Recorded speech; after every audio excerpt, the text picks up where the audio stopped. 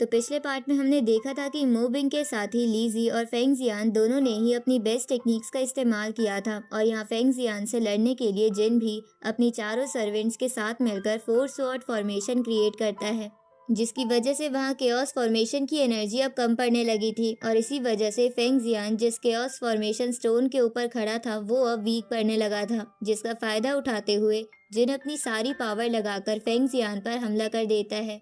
यहाँ फेंग जियान ने अपनी पावर से एक बैरियर बनाया था, लेकिन जिन के अटैक से वो भी डिस्ट्रॉय हो जाता है। अब आगे तो इस पार्ट की स्टार्टिंग में हम देखते हैं कि जिन के अटैक के बाद वहाँ बहुत तेज धमाका होता है, जिससे जिन भी वहाँ से थोड़ा पीछे आ गया था। तभी वो देखता है कि 4 स्वॉर्ड फॉर्मेशन अब पहले से ज्यादा ताकतवर हो चुकी है, लेकिन अभी उसे सामने फेंग जियान नहीं दिखाई दे रहा था, इसलिए जिन को लगता है कि फेंग जियान हार गया है। लेकिन इतने में ही फेंग जियान उसकी तरफ हमला कर देता है, जिस वजह से जिन का होली आर्मर टूट जाता है और जिन वहां हवा में से नीचे गिरने लगता है। ये देखते हुए लीजा, जो कि उन स्पिरिट से फाइट कर रही थी, वो उन्हें हटाते हुए जिन को बचाने के लिए आगे बढ़ती है, पर इतने में ही कुछ और स्पिरिट्स उसका रास्ता रोक लेती है। यहाँ जेनी भी उन स्पिरिट से फाइट कर रही थी, इस वजह से वो खुद आगे नहीं बढ़ पाती, पर वो अपनी शैडो को जिन को बचाने के लिए भेज देती है और यहाँ उसकी शैडो ने आकर जिन को पकड़ लिया था और फिर वो जिन को वहाँ से नीचे लेकर आती है, जिसके बाद जेनी की शैडो डिसअपियर हो चुकी थी। इधर जिन खुद को हील करने के लिए लाइव दाव सील का यूज करता है। तभी इतने में सामने फेंग जियान आ गया था और यहाँ आकर वो जिन से कहता है कि पहले तो मुझे लगा कि तुम इस वर्ल्ड के एक मामूली से सुप्रीम हो, लेकिन तुमने मुझे बहुत ही ज्यादा गुस्सा दिला दिया है। अब बाकियों से लड़ने से पहले मुझे तुम्हें ही खत्म करना होगा। ये सुनकर जिन भी खड़ा हो गया था और उससे लड़ने के लिए तैयार था, पर तभी हम देखते हैं कि वो दोनों ही वहां से सीधा शैडो वर्ल्ड के अंदर टेलीपोर्ट हो जाते हैं, जिसे फेंग जियान ने बनाया था। अब यहाँ आते ही फेंग जियान सीधा जिन पर हमला करना शुरू कर देता है, लेकिन जिन उसके अटैक से बचता है और हवा में आकर अपने क्लोन क्रिएट करते हुए फेंग जियान पर हमला करने लगता है। पर अब फेंग जियान भी उनसे बचते हुए अपनी स्पिरिट्स को वहां बुला लेता है, जो कि सभी सुप्रीम स्टेट से ज्यादा ताकतवर थी। अब जब जिन के क्लोन्स और उन स्पिरिट्स की फाइट शुरू होती है तो यहाँ जिन के क्लोन्स उन स्पिरिट्स को हरा नहीं पा रहे थे। दूसरी तरफ हम देखते हैं कि जिन अभी कुछ क्लोन से लड़ते हुए सीधा फेंग जियान पर हमला करने बढ़ रहा था। तभी फेंग जियान यहाँ जिन की तरफ ही हमला कर देता है। साथ ही वो जिन से कह रहा था कि जब तक तुम्हारे दोस्त मोबिंग के बनाए उस बैरियर के नीचे हैं तब तक उन्हें कोई नहीं बचा सकता, और वैसे भी तुम तो यही मरने वाले हो। उसी वक्त इस अटैक को रोकने के लिए यहाँ जिन अपने रिवर माउंटेन मैप का इस्तेमाल करता है, लेकिन इससे वो उस अटैक को नहीं रोक पाता और वहां से नीचे की तरफ फेंका जाता है।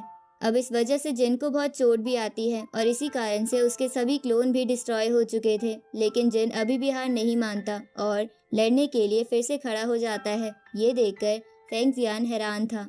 आगे बढ़ने से पहले मैं आपको एक ऐसी वेबसाइट के बारे में बताना चाहती हूँ जिस पे आप अपने ओपिनियंस देके रियल मनी जीत सकते हो। जी हाँ, विनबस एक ऐसा प्लेटफॉर्म जिस पे आपको सवालों का सिर्फ सही जवाब देना है। इसमें आपको डिफरेंट कैटेगरीज मिल जाएंगी। स्पोर्ट्स में जैसे क्रिकेट, फुटबॉल, टेनिस, वहाँ बस हु विल विन मैच के ऑप्शन में जाके अपना ओपिनियन देना है। और गेमिंग में जैसे अंदर बाहर लूडो, एविएटर जैसे गेम्स भी है। यहाँ मिलेगा 24 आवर इजी डिपॉजिट और विड्रॉल जब मन चाहे तब, साथ में वीवीआईपी कस्टमर सपोर्ट भी। ऊपर से विनबस देता है ₹50,000 का ज्वाइनिंग बोनस। कमेंट बॉक्स में पिन कमेंट में मेरे लिंक से जाओ और रजिस्टर करो और खेलना चालू करो। अब आपको पीछे मुड़ के देखने की जरूरत नहीं, जब विनबस आपके साथ है, वादा है। अब जिन उससे कहता है कि तुम जो चाहते हो उसके लिए तुमने कई सारे वर्ल्ड्स को खतरे में डाला, साथ ही तुम्हारे इस मकसद के पीछे कई लोगों ने अपनी जान को सेक्रीफाइस किया है। मैं मानता हूँ कि तुम हमसे बहुत ज्यादा ताकतवर हो, लेकिन मैं ये भी जानता हूँ कि तुम हमारे यकीन के सामने नहीं टिक सकते। आज यहाँ तुम ही मरने वाले हो, जिसके बाद उस वर्ल्ड में तुम्हें कोई याद तक नहीं रखेगा। अब इतना सब सुनकर फेंग जियान को गुस्सा आ जाता है और वो तुरंत ही अपनी 10,000 स्पिरिट टेक्निक का यूज करता है और अब वहाँ एक पोर्टल ओपन होता है, जिसमें से बहुत सारी स्पिरिट्स निकलकर जिन की तरफ बढ़ने लगती है।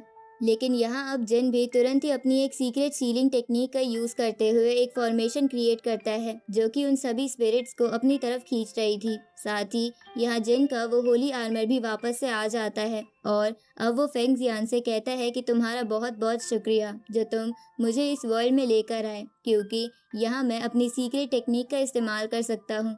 अब तुम्हें पता चलेगा कि मैं और क्या कर सकता हूँ। अब इतना कहते हुए जिन अपनी तलवार से फेंग जियांग के ऊपर हमला कर देता है। इस अटैक के बाद शैडो वर्ल्ड डिस्ट्रॉय हो गया था और फेंग जियान वहां से सीधा यहाँ अपने उसी केओस फॉर्मेशन स्टोन पर आकर गिर गया था। यहाँ हमें जानने को मिलता है कि जिन ने लड़ाई के बीच ही ब्रेक थ्रू कर लिया था और अब वो एंशिएंट एम्परर स्टेज पर पहुंच चुका है। ये देखते हुए फेंग जियान हैरान था।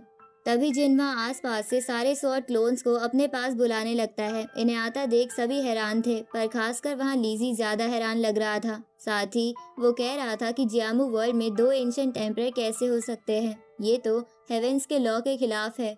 वैसे यहाँ जिन ने उन सभी क्लोन से अपनी एक बड़ी सी स्पिरिचुअल बॉडी क्रिएट कर ली थी, जिसके बाद वो उस बड़ी सी स्पिरिचुअल स्वॉर्ड के साथ फेंग जियान पर हमला करना शुरू कर देता है। तो फेंग जियान यहाँ मू बिंग का नाम लेते हुए उससे मदद मांग रहा था। साथ ही उसने अपनी पावर से एक बैरियर भी क्रिएट कर लिया था, लेकिन यहाँ जिन का एक ही अटैक उस बैरियर को डिस्ट्रॉय करते हुए फेंग जियान को लगता है और इसी की वजह से फेंग जियान वहीं मर जाता है।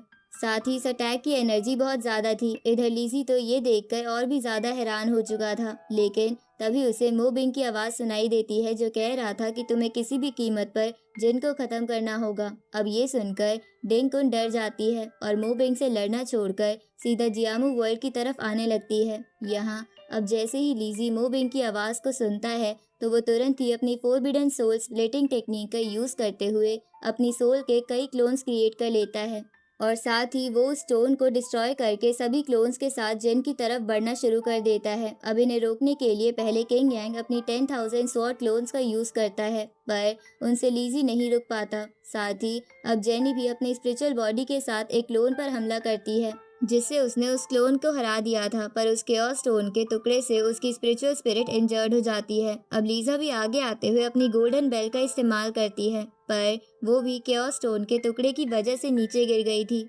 यहाँ स्कॉट भी अपने व्हाइट टाइगर को लीजी के ऊपर हमला करने के लिए भेजता है, लेकिन लीजी का वो सोल क्लोन व्हाइट टाइगर को हराते हुए सीधा जिन की तरफ बढ़ जाता है। अब यहाँ जिन ने अपनी तलवार से ही उस क्लोन को रोक लिया था, लेकिन केओस फॉर्मेशन स्टोन के टुकड़े की वजह से जिन की भी स्पिरिचुअल बॉडी डिसअपियर होने लगती है।